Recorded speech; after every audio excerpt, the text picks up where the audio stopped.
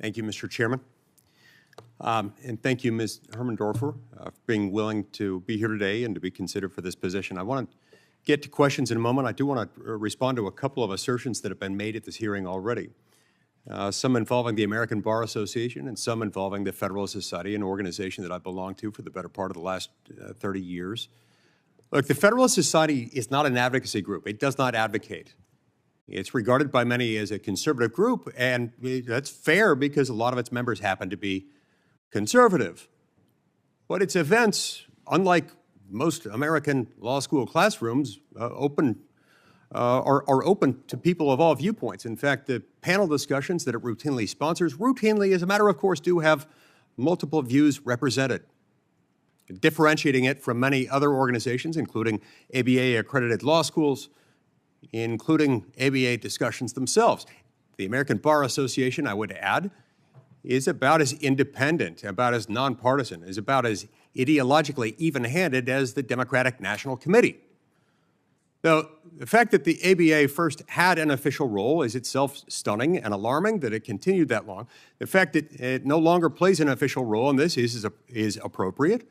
It's never appropriate, in my view, particularly once the ABA decided to be a leftist organization, to be the lawyers' wing of the Democratic National Committee, has made this inappropriate.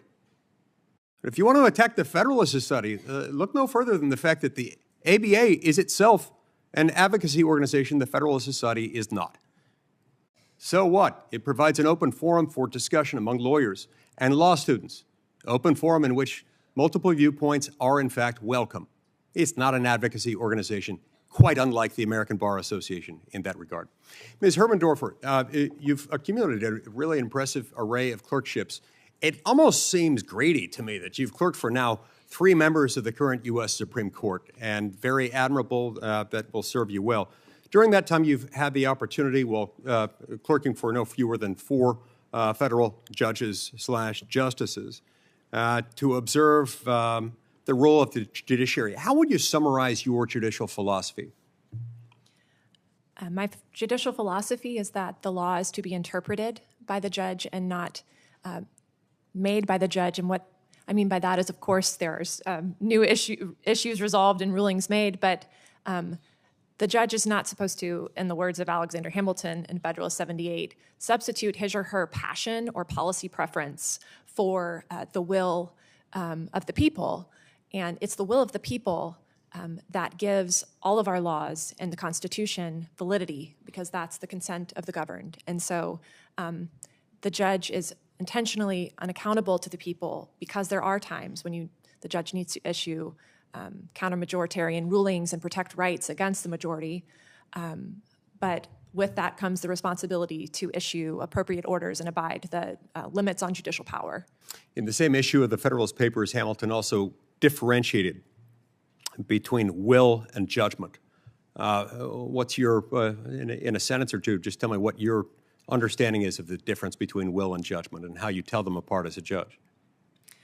Judgment as a judge is applying the laws and the rules of decision neutrally to reach an outcome supported by the law.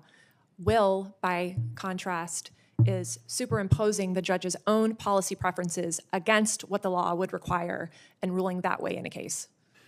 When interpreting the text of a federal statute, which will often be your role as a judge on the Sixth Circuit, you'll have to decide, what it means. How best would you describe how to go about that?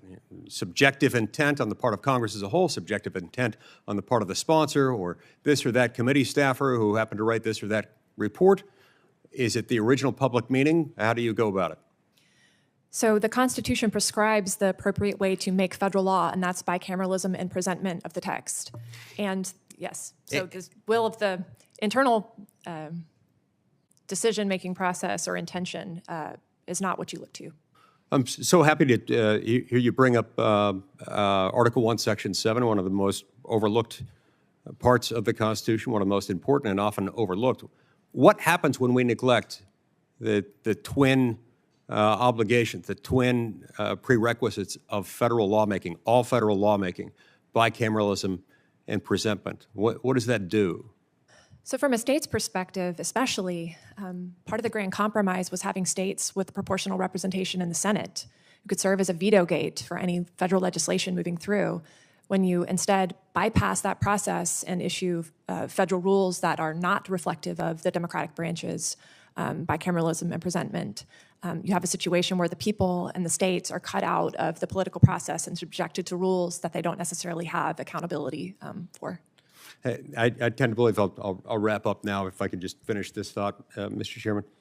I tend to believe that most of the problems in the federal government, most of the contention around it, most of the discord that you see, most of our national debt, most of our sprawling regulatory system, all emanates from a deviation from the Constitution's twin structural protections. The vertical protection we call federalism, the horizontal protection we call separation of powers, and within the legislative process, our deviation from this concept of bicameralism and presentment being the indispensable condition precedent, the without which not of the legislative process. We now have 100,000 pages of new law made each year by unelected, unaccountable bureaucrats, accountable to no one, imposing legal obligations that if you don't obey them will fine you millions of dollars, will shut down your business, can't even send you to prison, all without the assent of either house of Congress, much less both, and without presentment to the president. This is wrong, and this is why you and others who have litigated some of these issues are right to point out the problem with